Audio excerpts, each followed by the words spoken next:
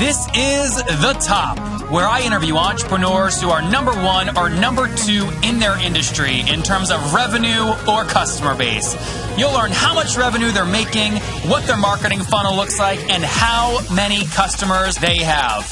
I'm now at $20,000 per talk. 5 and 6 million. He is hell-bent on global domination. We just broke our 100,000 units sold mark. And I'm your host, Nathan Latka. Okay, Top Tribe, this week's winner of the $100 is Rick Siegmund. Rick Siegmund. He is stuck brick and mortar business. That is his focus. So congratulations, Rick. If you guys want to win $100 every Monday on the show, in order to enter, simply subscribe to the show on iTunes now, and then text the word Nathan to 33444. Again, text the word Nathan to 33444. Many people ask me what tool I used to sell my first company, Heyo. The answer is thetopinbox.com. I used it to send emails, schedule emails to be sent out later, and set reminders inside my inbox so I would know when potential buyers were actually interested, and I easily remember to follow up with ones that hadn't replied to me. You can try it for free at thetopinbox.com. Nathan Latka here. This is episode 548. Coming up tomorrow morning, you'll learn from Eric Bulk of Propeller CRM, and he'll break down why he thinks he's going to win the CRM space. But secretly, and he doesn't know this, I'm wondering if I should just buy him outright. You'll see what I do at the end of that episode. It will surprise you. Good morning, folks. Nathan Latka here. Our guest today is Manuel Silva. He's a partner at Santander Innoventures. Now, prior to joining that, he was with the firm earlier. He was actually a founding member. It was a venture of their venture arm in late 2010, which was based in San Francisco. And that specific venture focused on a variety of different verticals, ranging from lending to new platforms to financial inclusion, private banking, and other spaces in FinTech, geography-wise focused on Latin America and Europe. So, Manuel Silva, are you ready to take us to the top? Oh, sure. All right, let's rock and roll. So, Hi, Nathan. Good to have you here today. So, tell us first, give us a sense of the investment you're most proud of to date at Santander, and then give us an overview of kind of what geographies and what spaces you're looking at now. Sure. So, I think we're extremely involved with all the investments we do as a corporate venture arm for the Santander Group. As part of our investment process, we need to make sure that the bank and the companies we invest in work together. And as a result of that, we have very deep and very close relationship with all of them. So somehow, I would say we're proud of all of them, and they all make us very proud within the bank, as they help us be more innovative, but also as we help them grow and use the bank to their own benefit and to expand, to get more international, et cetera, et cetera. I think that's a source of pride. If I were to mention maybe a few, Manuel, clarify that for a second. When you say the bank, are you guys partnered with a bank, or is your company structured, is the venture arm structured like a bank? So we're a separate entity to Santander Group, but of course we work very closely with the bank since our value proposition to the market is precisely that through the assets that the bank has, we can help the companies we invest in grow and be more successful. So somehow we facilitate, and we have structures for that, we facilitate the relationship between our investees and the Santander Group across all the footprint of the bank. When you use the word, though, the bank, Manuel, what are you referring to? I want to make sure we understand all the entities at play here. Sure. So I'm referring to all the different franchises that the Santander Group has across the world. So think of Santander as a global bank with 10 main markets across South America, Mexico, the US, here in the UK, Spain, and continental Europe. So we have close relationship with each and every one of those franchises, together with some of our global businesses in consumer finance or asset management, and we make those connections on behalf of these of our portfolio companies. Makes perfect sense. Okay, now take us into one of these companies you're most excited about. I know you've got kind of Kabbage, I hear, is on a tear. Which one is your baby? Which one's your favorite baby? So since you mentioned Kabbage, again, we're proud of all of them, but since you mentioned Kabbage, it's probably one that has been in the press lately. It's a company we invested early on in the fund, and we've been working with them in developing a working capital loans product for the UK that was just launched a few weeks ago. And that's a perfect example on how we work with our companies. So think of Kabbage initially as a US company with a well-established, very successful business over there that wants to be international, and how Santander can be the international partner for one of their core markets now, here in the UK. So I think the reason why I'm proud of that one in particular is because, it's a successful investment, it's a successful partnership. Everybody involved in the relationship sees a lot of value in the relationship, and that's a relationship that's only meant to scale up and keep on progressing as the company is more and more successful. So I would say that's a perfect example of how we like to work with companies. And then let's go back to a macro scale real quick, since you just kind of gave us a detail on one of your investments. Is Santander have a kind of a fund set aside for Innoventures where you're actively making these investments? And if so, what's the size of that fund? That's correct. So the fund started nearly 2 years ago with an initial allocation of $100 million that you may have seen got extended to $200 million around summer this year.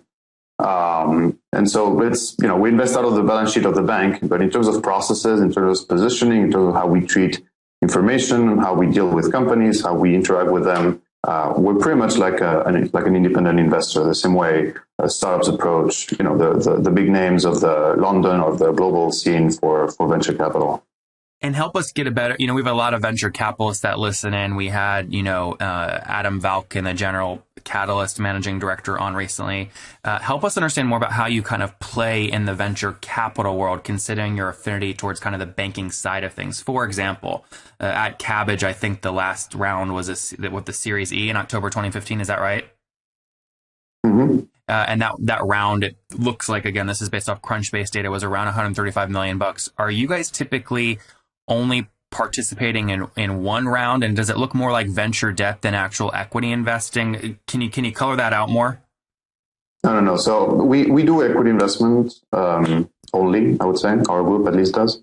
And our typical format is that we like to co-invest with our other VCs, and we're quite picky, I would say, with the co-investors we choose and we bring along ourselves, because we really always want to see in the syndicates we co-invest with the combination of more institutional VCs who are very financially driven and have the ability in their track record to build great companies, but at the same time co-invest alongside some strategics that may have a differential value proposition such as ours, and that can also help grow the companies and de-risk them and make them more profitable and more successful early on. So I think from what I just said, definitely the co-investing piece is very key to our mandate. We really like to share the cake with others to the extent that we understand how we all can bring value with a similar objectives, which is always the success of the companies we invest in. Manuel, are you ever leading these rounds, or do you more follow the pattern where a VC has a great fintech deal, they think of you because you have a relationship, and you come on as kind of a minor participant in that round syndicate? I think we can do anything and everything from that perspective. I think we really try to work around the opportunity and what makes sense for the CEO and the entrepreneur in the company. So sometimes, if the company needs a strong expertise in financial services, we may end up leading. In other cases, it makes more sense for an institutional VC to lead, especially if there are, maybe more corporate VCs around the table. So we really try to work on it from on a case by case. We try for our mandate not to be rigid from that perspective, because oftentimes we try to be, and we need to be creative to make sure that all incentives are aligned. Got it. And then I'm looking at which we'll link to this in the show notes, but I'm looking at your portfolio company page. You've got iZettle, MyCheck, Cyanogen, Ripple, Kabbage, Digital Asset Holdings, and Elliptic, SigFid, and then last one is SoCure. Does that round out the current investments that you guys have made out of the $200 million fund, or are there others I'm missing? Yeah, the few others that are yet unannounced that should come up in the next weeks or months. And then we have a very... You just made your PR people nervous. Kate's face is going, Manuel, don't slip. Manuel, are there any you can share that aren't yet announced, or no? Not at this point. Not at this point. Got it. We're very cautious of the companies, also the way they think about their own PR. So that's good. Walk me through, now that we understand kind of more about how you work, and specifically how you work in the rounds, you're at a very unique kind of angle to this market. We have the CEOs on the show all the time. We have traditional VCs on the show, but you're actually in fintech. And the reason I was most interested in kind of rounding out this kind of fintech market is when I'm talking with VCs or corporate buyers of smaller entities, the largest multiples right now in any sector that I'm seeing in terms of exits are coming from, and valuations on funding rounds are coming from the fintech space. In your opinion, why is that? Well, I think it's a sector that has that has reached a level of maturity and a level of density, I would say, in entrepreneurs solving for concrete problems and the teams they gather around that and the relationship they establish with industry and incumbents that make them really able to tackle large problems and make very successful companies. So I think it's a maturity issue. There's a lot of folks that I've spoken with that sometimes they'll talk about this, sometimes they won't, but data is always fascinating, right? When you look at the marketing tech space, a CRM company that also monetizes the front end via B2B sales and the back end versus the data they have, there's like a two-way revenue stream. Obviously, financial data is super sensitive, but there's also very unique kind of consumer and business insights hidden in that data.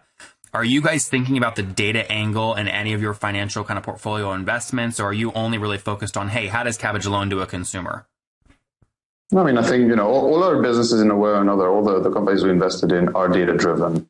At the end of the day, that's how we think about the future of the industry. And that's how we think that companies and banks, by partnering with those companies, can really promote a new value proposition for clients and ways of changing businesses. So definitely, all our business have a combination of smart people who are re-engineering traditional or maybe not so traditional banking businesses and rethinking them from the ground up. And at the same time, because oftentimes they start afresh and they start with new technologies and they start with new paradigms on the way they think about data.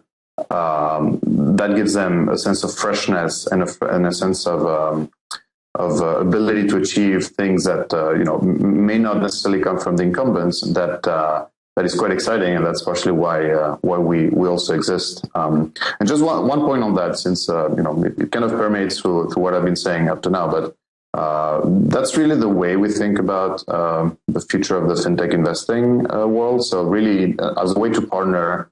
To have banks partner with startups and reach each other through bringing the innovative DNA that companies have and bringing the assets of distribution, the reach, the international presence, the regulatory assets that banks have, and that complement each other. Folks, I may have to stop doing the podcast. I will tell you why. I have found a business and I'm ready to go all in. It's the one I want to take public by the time I turn 30. It's called thetopinbox.com. And here's why I know it's going to be big, very big. There are so many other companies charging way too much for this right now. Yesware, ToutApp, Boomerang. That's to do things like send later reminders and auto follow-ups for salespeople inside of your Gmail inbox. I'm doing it. I'm going to do it for free. We have so many people using it. It's growing so fast. And we do many of the things that salespeople love. We don't require people to leave the inbox to go log into a website. It's so simple to use. And I have to tell you, salespeople are like drooling over this thing. They're like licking the drool off their keyboard. They're loving this thing so much. Thetopinbox.com. Go install it now. Use it for free, people. Okay, I like you because you're listeners. Use it for free before I decide to start charging for it. Go right now to thetopinbox.com. Okay, Top Tribe, I have to tell you, many people go, Nathan, you came out of nowhere. Your website's growing so fast. How'd you do it? The answer is simple. So I use HostGator. I don't know if you guys know that yet, but I use HostGator. And the reason I do, they have like about 4,500 free templates I can use because I don't code. They've got a great e-commerce plugin. And guys, I bug the heck out of their support. They've got 24/7 support, which I love. So what I've done is I've worked with them. You guys know I make great deals. If you go to hostgator.com/Nathan, you can sign up, get your own domain for 30% off and a 45-day money-back guarantee. Okay, again, I make great deals for you guys. Go to hostgator.com/Nathan to grab that now. Well, you certainly have more patience than me. This is a space where I would just get so frustrated dealing with regulation. I would stand zero shot at building $1 billion business in this space. So I'm sure entrepreneurs are loving the partnerships that you bring to the table, the syndicates you're building, and the investments you're making. So, Manuel, let's wrap up with the famous 5 here, and then we'll figure out the best way to connect with you and link up to the show notes. So these are quick questions, one-word answers. You ready? Sure. Number 1, what's your favorite business book? My favorite business book? Yep. Well, actually, none. You're not reading one. No, I would say my entrepreneurs are my best business book. They teach me the most. Well, so here's the second question. Is there a CEO you're following or studying right now? I follow the Kabbage CEO very much. Which one, Rob? Rob, yeah. Rob. Yep, good. Number 3, is there a favorite online tool you have, whether it's managing investments or researching FinTech, anything like that? We use a lot of tools, but probably Crunchbase is one we use the most. Number 4, yes or no, do you get 8 hours of sleep every night? No, that's a definite no. You're loving these softball questions, aren't you? You're like, okay, I can breathe now, right? No regulatory issues with these. All right, no. So the answer is no there. And what's your situation, Manuel? You married, single, you have kids? Single, no kids. And how old are you? Oh, I don't know. My real age, 35. What's your social security number? No, just kidding. All right. It's in 9. I don't know. Manuel, last question. Take us back 15 years. What do you wish your 20-year-old self knew? That there's so much to do in this world. Top Tribe, there you have it. Don't limit your focus. There's so much to do in this world. From Manuel, a partner at Santander Innoventures, really active in the FinTech space, building their own syndicates, maybe leading. They're really open, but they're already supporting many entrepreneurs that are doing big things in the FinTech space, including Kabbage. Manuel, thank you for taking us to the top. Thank you, Nathan. If you enjoyed Manuel today, go back and listen to Glenn Coates yesterday of Handshake.com. They raised $24 million and they're helping 1,000 plus customers manage store product purchasing. Hey, Top Tribe, I love giving away free money. I feel like Oprah giving away cars, and I have something special for you today. How many of you have heard our super sharp guests talk about success they've had with Facebook and Google ads? Well, all of you listening right now, yes, if you're listening, you get $100 in free AdWords. Here's how you get it, okay? Again, thanks for listening. Get the free $100 from Google, right, when you sign up with my website host provider, HostGator. Go sign up now to get your free money. HostGator.com/Nathan. Again, that's HostGator.com/Nathan. Okay, Top Tribe, I'll see you bright and early tomorrow morning. And don't forget, before you listen to any other episodes, subscribe on iTunes right now for your chance to win $100 every Monday.